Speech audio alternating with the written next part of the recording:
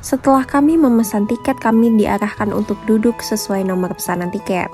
Sebelum wayang orang dimulai, terdapat narator yang menceritakan sinopsis Wahyu Cakraningrat alias tema dari pertunjukan wayang orang hari ini.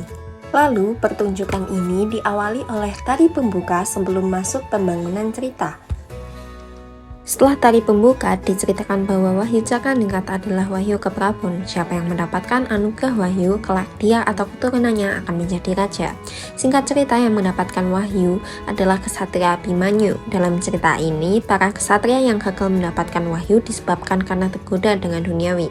Mencari Wahyu dalam era modern kami maknai sebagai usaha terus-menerus dari manusia-manusia pilihan dalam meraih cita-cita luhur dan berjuang untuk suatu nilai yang mampu menjadi teladan. Dan para dewa sebagai pemegang otoritas tertinggi ataupun Tuhan akan memberikan penghargaan terbaik untuk manusia terpilih.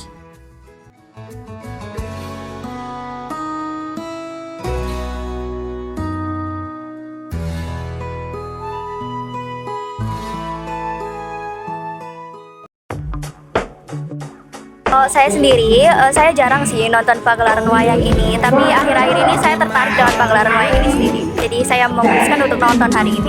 Kalau sering enggak sih, enggak terlalu ya. Kadang kalau lagi pertunjukan di sini itu biasanya 1 tahun sekali ya. Oh iya. Gitu sih.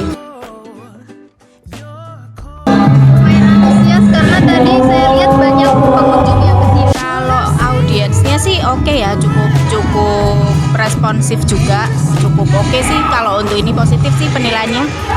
Ya.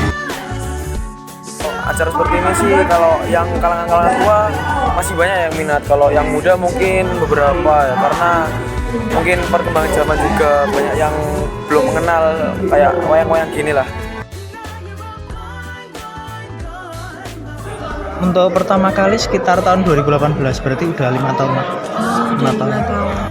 Pertunjukan wayang orang kalau saya dari tahun 2016 lagunya 2012 tepatnya. Dulu di awal mungkin takut ya, karena kan dulu masih belum seperti sekarang. Dan sekarang ternyata memang kebudayaan jadi satu prospek utama dalam konteks baik itu menjaga kebudayaan, dalam konteks ekonomi, dalam konteks pariwisata, menjadi misi dasar di mana budaya itu mengakar baik itu di daerah maupun di perkotaan. Jadi sekarang menjadi bangga sih bisa melestarikan budaya gitu. Pertama gini, yang awal saya kan dulu awalnya dari teater modern. Oh ya. Terus suka wayang juga, maksudnya dasarnya dari dalang. Nah, terus menggabungkan kedua ini ketika di SMP ikut sanggar. Nah, kenapa kok nggak malu, kenapa kok nggak, ya karena kalau suka gimana lagi. Terus yang namanya kebudayaan kan fleksibel, bisa mengikuti perkembangan zaman. Nah, contohnya kayak gini, kalau yang Mbak lihat tadi ini nggak mungkin ada di wayang konvensional, wayang orang konvensional yang ibaratnya yang lama, nggak mungkin karena udah ada lighting, udah. Nah, bagaimana tidak dianggap kuno? Ya caranya dengan fleksibel itu tadi, up to date gitu. Kalau harapan saya sih lebih tentang publikasinya ya. Kalau menurut saya publikasinya. Terus kalau di Surabaya setahu saya kalau untuk sekitar lingkupan Surabaya itu kebanyakan pemain wayang orang itu tua-tua. Sayangnya di situ. Nah, mungkin yang pertama kali bagi pemain wayang orang rata-rata di Surabaya adalah regenerasi itu tadi. Baru nanti ke yang lain. Terus juga yang mungkin kalau kekurangan di wayang orang Blitar adalah publikasi sama mungkin juga mencari dananya sulit ya. Kan juga banyak orang, banyak yang berlibat, nah itu sulitnya di situ. Kebanyakan kesenian tradisional yang ada banyak orang sih terkait pendanaan juga sih. Zaman terus berkembang Mbak ya, otomatis kami juga harus menyesuaikan selera dari teman-teman milenial seperti apa. Yang pertama dari konteks garap iringan yang mungkin beatnya kita percepat, atau mungkin juga kadang-kadang kita berikan lebih perbanyak guyonan supaya lebih menarik, kemudian mempersingkat waktu juga supaya tidak membosankan. Banyak hal inovasi yang kami lakukan khususnya untuk kalangan generasi Z atau generasi milenial ini supaya bisa lebih kembali lagi terkait pada budayaan. Alasan kelompok kami mengambil topik ini yaitu karena pertunjukan wayang orang ini merupakan salah satu kebudayaan yang ada di Indonesia. Dan bisa kita ketahui sekarang ini banyak sekali kebudayaan yang masuk yang membuat masyarakat dan generasi muda itu sedikit demi sedikit itu mulai meninggalkan dan lupa dengan kebudayaan yang ada di Indonesia, contohnya pertunjukan wayang orang ini. Nah, maka kami mengambil topik ini dan berharap jika kami dapat membandingkan dan mengetahui bagaimana sih ketertarikan dan minat masyarakat, terutama masyarakat Surabaya, dalam dengan adanya kegiatan pertunjukan wayang orang ini.